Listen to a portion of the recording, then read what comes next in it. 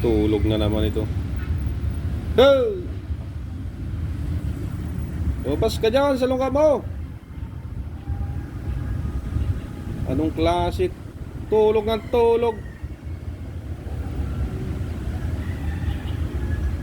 Kaya nananakawan eh.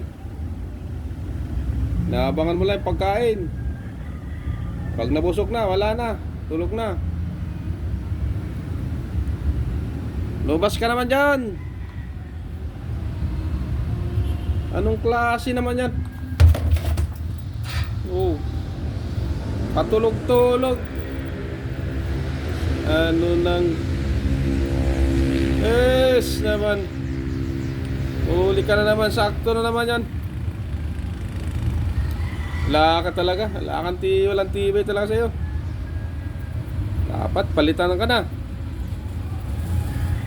Ano ba yan? Klaseng bantay rin.